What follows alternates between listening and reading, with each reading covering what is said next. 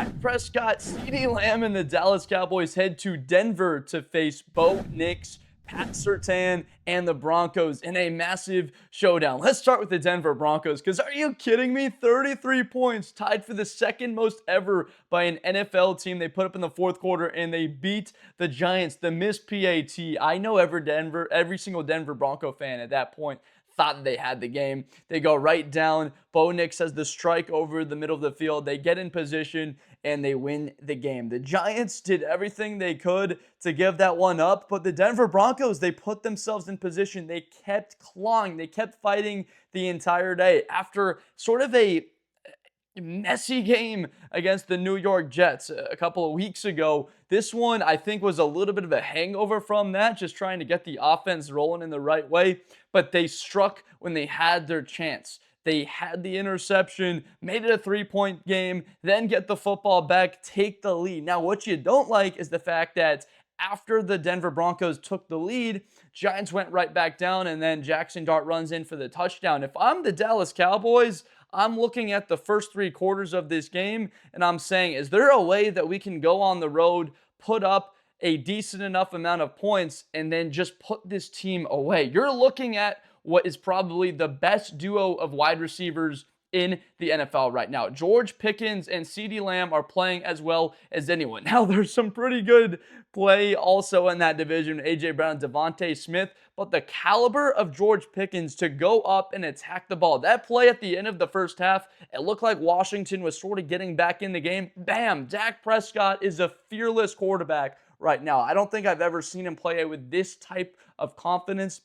The strike to George Pickens, and then throughout the day, of course, the addition of CeeDee Lamb back into the lineup is a full injection, a catalyst to this football program right now. The issue for Dallas in this game against the Denver Broncos is that this Denver team can run the heck out of the football. J.K. all-day Dobbins, as he's talked about on Blitz with Blender. This man is incredible. He's been running the football like he was at Ohio State. Bo Nix continues to be a threat with his legs. 2 rushing touchdowns. This is a kid that does not care what you say about him. All he cares about is winning football games. Doesn't care about the statistics, what the passer rating looks like, his completion percent. He just wants to win. Sean Payton respects that. He would like the completion percentage to be a little bit higher. I think they have a chance to do that against Dallas. This Cowboys secondary and team overall just frankly has to be better stopping the run so that they really have a chance to get to 2nd and 7, 2nd and 8, instead of teams having 2nd and 3. Even without the wide receiver core of Terry McLaurin and Noah Brown and Deebo Samuel, you're still seeing guys like Zach Ertz, Jalen Lane, Chris Moore, players Cowboy fans probably haven't heard of except for Zach Ertz, of course, go out there and make plays. And in the beginning, they're like, what's kind of going on right now? We give up 15 points in the first half, and the score is close to that point before they strike at the end of the first half. I know that got Dallas fans a lot less stressful at the end of that one. But overall, they have to be better in the back end. It does not help that Kenny Clark goes down in the second half of that game. He's their best run defender. They really tried in the offseason to of course, you lose Micah Parsons. I know that doesn't make it appear like it, but Donovan Izarako, I love this kid at Boston College with the production off of the edge. He's starting to play at a really nice level. Had a sack, 2 tackles for loss against Washington, filling into that rotation. He's an important player that Denver, they need to figure out a way to make sure he doesn't impact this game. He's looking like a great 2nd-round pick for the Cowboys. I'm looking at a guy on the Denver side. I always talk about him. If you watch a lot of my videos and you're a Bronco fan, you know who I'm about to mention. Troy Franklin going up against this Dallas Cowboys secondary. He had the touchdown. I'm not a Bronco fan, but I'm just as happy as other Bronco fans when he scores. There's something about this kid. There's something about watching the way that he played, the sticks as I call him, the success he had at Oregon with Bo. I just want to see that these guys have success together. I don't have a rooting interest in this game.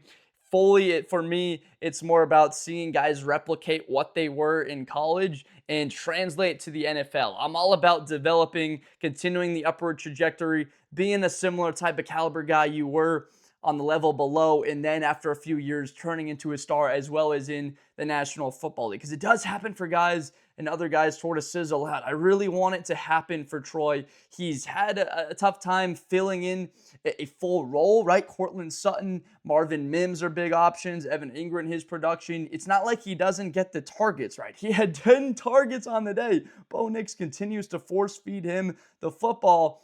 Troy Flanker, my man, continue to get separation, get after it. It will click at some point. I think he has a good day against the Dallas Cowboys. I think I've said that probably 5 times on the season, but at some point, he's due for a massive day. It could be against Dallas. Deron Bland for the Cowboys. He had another pick 6, taking that one to the house. Jaden Daniels goes out. Marcus Mariota just trying to make a play, dump it off to the flat. He takes it to the house. The cornerback play in this one is vital. It to me will be about the passing games. In a lot of matchups, you talk so much about how important the run game is, but with Dallas and Javonte Williams, it's the success that they have off of play action. It's Dak Prescott being able to take those shots over the top, because when you're having the success like they have had on the ground with Javonte Williams, another day over 5 yards a carry, $120 on 20 carries on the ground, it opens up the shots because teams can't play umbrella coverage or the corners are 6-7 yards off and you're playing 2 high safeties. They got to bring a safety into the box. They have to be a little bit stronger. They take off a defensive back and they bring on an extra linebacker. It gets teams out of a dime package, or it takes a team from a nickel package into a base defense where there's 3 linebackers on the field, and you then will have your opportunities to take your shots to CeeDee Lamb, to George Pickens, and really be effective. And then there's Jake Ferguson, looking like one of the best fantasy tight ends in the league. This man had 7 targets. He caught 7 passes. Look, only 30 yards on the day, but he's been coming up with big, important catches for first downs. In the red zone, he's been a very good target for Dak Prescott, filling into that number 2 option. His number 2 favorite target on this team was CeeDee Lamb. When he was out, it was Pickens and him, and I really believe that actually helps this offense, that he was able to get that connection going with Ferguson. Look, Pat Surtain, CeeDee Lamb, this is 7.5 minutes into the video, and we're bringing that one up for the first time. It's popcorn. I got to tell you. That's as good as it gets. You got the Defensive Player of the Year from a year ago going up against one of the best in the business in CeeDee Lamb. What's so fun about this is that CD is good enough to beat Surtain. Surtain is good enough to take him out of the game. But on 3rd and 8, man on man, guy against guy, who makes the play? The ability of Pat Surtain, I'm going to give him a little bit of a green check, is I don't know if Prescott goes to CD. Pat Surtain is that good that Prescott's like, well, I do have a pretty good wide receiver over here. I might just throw that 50-50 ball. Pickens, it's more like 72-28.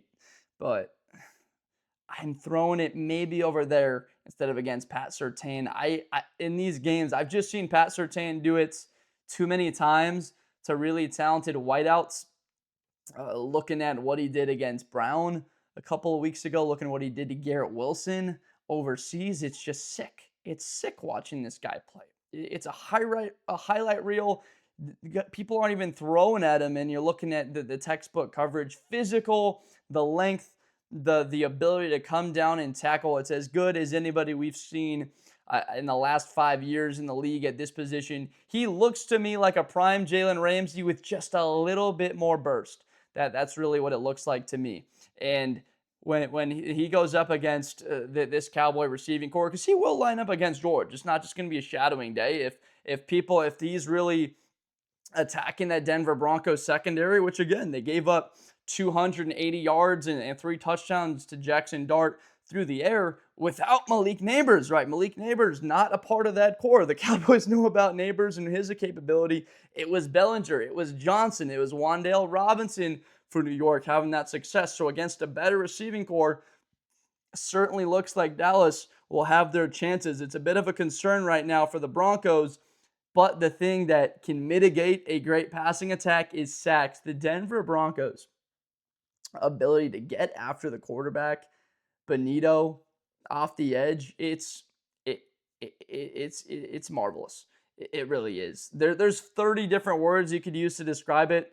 I'm just going to say marvelous because I love watching disruption. I love watching chaos in the backfield. I just kind of grew up a defensive guy and watching Northern type of football, Big Ten football, the NFC, AFC Northern style. I've always just liked that. So to see the disruption that this team gets, 34 sacks in 7 games, 34 sacks in 7 games. I got to tell you, you guys have to understand this is a historic pace that they are on, and this team is not slowing down. Again, part of it is that they have a good secondary, which is forcing quarterbacks to hold on to the football longer. You're going to see Dak Prescott. He's either going to be holding on to the football a while, trying to create, or it's coming out of his hand. He knows how good that pass rush is. He's going to be getting the football out of his hand, but it's the combination. Don't think that it's just Pat Surtain and a bunch of nobodies in the back end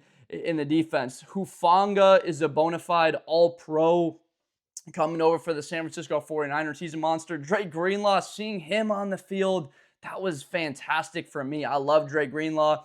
Him being out there against the New York Giants, that was awesome.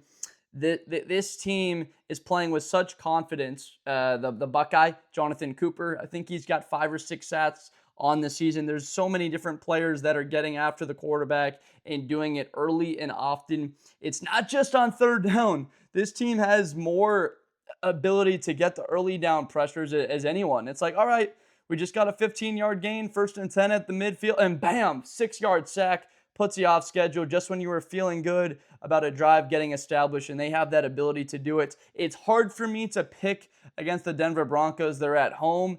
I was amazed. I got to tell you, watching that game through the TV screen, seeing the energy, the enthusiasm in the crowd, down by 18, then down by 10 points, and they're still going crazy and loud as this. It's a home playoff game, and they're up by 7 in the late stages of a game. They had all of that energy, enthusiasm.